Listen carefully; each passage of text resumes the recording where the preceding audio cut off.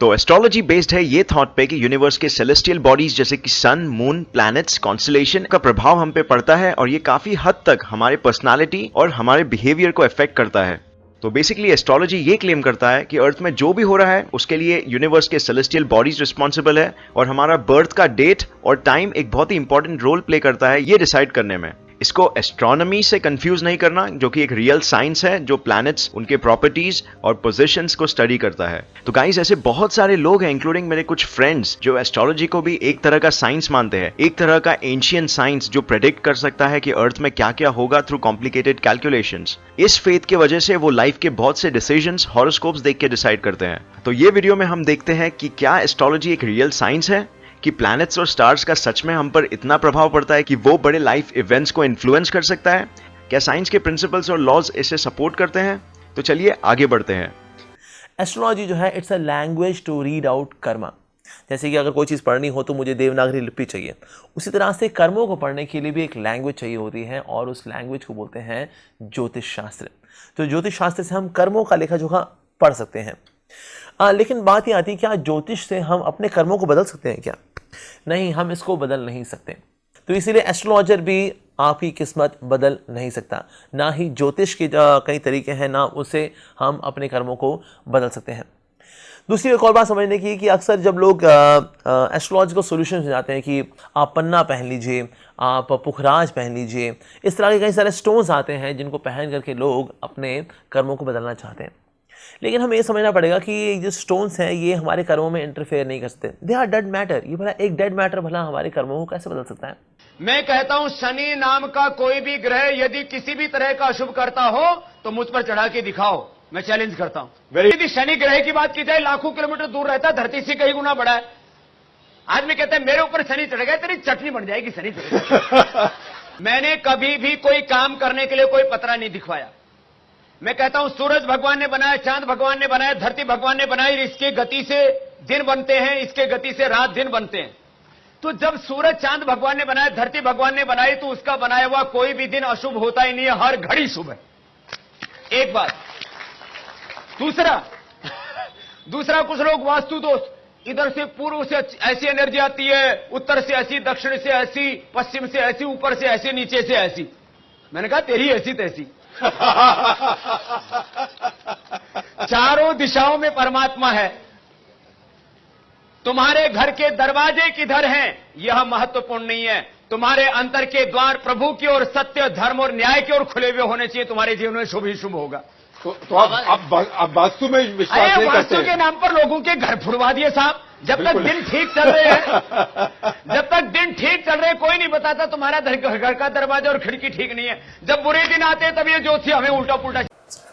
जो आपकी जिंदगी में हर चीज ऐसी ही है जिसका कल कोई ठिकाना नहीं, तो कल को लेकर के भीतर बड़ी बेचैनी, शंका खड़ी हो जाती, कल न जाने क्या हो। अब ऐसे में बाबा जी आते हैं और लंबी दाढ़ी और घेरे हुए, तो उनका चेहरा तेज से बिल्कुल जगमगा रहा है और बड़े आत्मविश्वास के साथ कहते हैं कि तुम्हारा भविष्य मैं बताऊंगा और सुरक्षित भी कर दूंगा। तो आपको विश्वास करना पड़ता है, क्या करें, मरता क्या ना करता। एक रिश्ता है जीवन में जो बिल्कुल खराब है और आप जानते ही नहीं है कि रिश्ते बनाने कैसे हैं, आप जानते ही नहीं कि बिगड़े हुए रिश्तों का करना क्या है। ऐसे में कोई आ जाता है बाबा शाबा, वो बोलता है कि आओ मेरे पास आओ, मैं ये तो भस्म खिला दूंगा, या फलाना तुम्हारा ग्रह खराब चल रहा है, वो फलाने ग्रह की पूजा कर दूंगा, उसके बाद तुम्हारा पति तुम्हें छोड़ करके उधर नहीं जाएगा। तो देवी जी तैयार हो जाती हैं, क्योंकि देवी जी को दिख रहा है कि उनका पूरा संसार बिखर रहा है। शादी के 8-10 साल हो चुके हैं, 2 बच्चे हैं, पति कहीं और जा रहा है। इस समस्या का वास्तविक इलाज क्या है देवी जी को पता नहीं। तो बाबा जी ने कहा कि वो ग्रह शांति की जरूरत है, सरसों का तेल लेके आना, मुर्गे की बलि देंगे, पका के खाएंगे, सब ठीक हो जाएगा। देवी जी पहुंच जाती है कनस्तर लेके, उन्हें लगता है इससे सब समस्याएं दूर हो जाएंगी। इसलिए तुम पाते हो कि ऐसी चीज उन लोगों में और ज्यादा पाई जाएगी जिनका काम अनिश्चय से भरा हुआ है, जैसे कि फिल्म इंडस्ट्री। आपकी अदालत में फिल्म स्टार गोविंदा पर आरोप है कि ये अंधविश्वासी हैं। गोविंदा, ये बात सही है कि आपने अपनी फिल्में हिट कराने के लिए अपने नाम बदले? कभी गोविंद, कभी गोविंद राज, कभी गोविंद अरुण, बहुत सारे। जी ये सच है। किसी ने कहा कि भाई तुम फिल्म लाइन में आ रहे हो तो चलो ठीक है फाइन, तुम फिल्मी नाम रखना चाहिए। तो फिल्मों में नकली नाम जो रखते हैं वो सब टॉप पे है।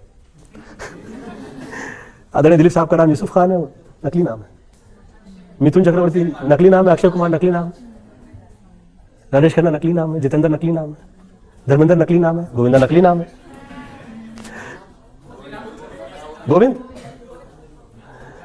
तो मैंने सोचा कि ये 27 नंबर चाहिए मुझे, लकी नंबर है, क्योंकि टोटल नंबर 9 आ जाता है। तो मैं नंबर 9 आए, गोविंदा नाम है तो नंबर 9 हो, दक्षिण का नाम है तो दक्षिण का नंबर चाहिए, तो दक्षिण का नाम है दक्षिण का नंबर चाहिए तो नंबर 9 हो, तो गोविंदा नाम पे आ गया तो सेट हो गया। तो पहले तो बहुत मुझे लोग कहा करते थे, तो बहुत सोचने लग गया ये है वो है, हिट हो गया तो कहते कि कमाल है यार गोविंदा। अब देखिए फिल्म लाइन में ये हुआ करता है, कितने लोगों ने मेरे बारे में कितने ताने कसे, ये इतना सोचता है, ये इतना लगा हुआ रहता है पूजा पाठ में, प्रार्थना में, इसमें उसमें, ऐसा वैसा, और अपने देखे तो सारा कितने पता नहीं पत्थर पहने होते। अब आदरणीय अमिताभ बच्चन जी नीलम पहना हुआ है, उस पर किसी की टिप्पणी है? कभी नहीं, डरते हैं, भय है। संजय दत्त ने पहना हुआ है, कहीं है टिप्पणी? नहीं। सलमान से तो घबरा जाएंगे, एकदम भाग जाएंगे। कुछ पता नहीं कि अगली पिक्चर जो आ रही है उसका क्या होगा। वो 2 दिन में भी उतर सकती है, वो 2 महीने भी चल सकती है। तो ये लोग महा अंधविश्वासी हो जाते हैं। इसी तरह से स्टॉक ट्रेडिंग वगैरह जो लोग करते हैं उनमें भी अंधविश्वास भरपूर पाया जाता है। भविष्य का ठिकाना नहीं ना। इन सब की उत्पत्ति हमारे मूल डर से है, और इस अज्ञान से डर का इलाज क्या है? असली डर का असली इलाज अध्यात्म है।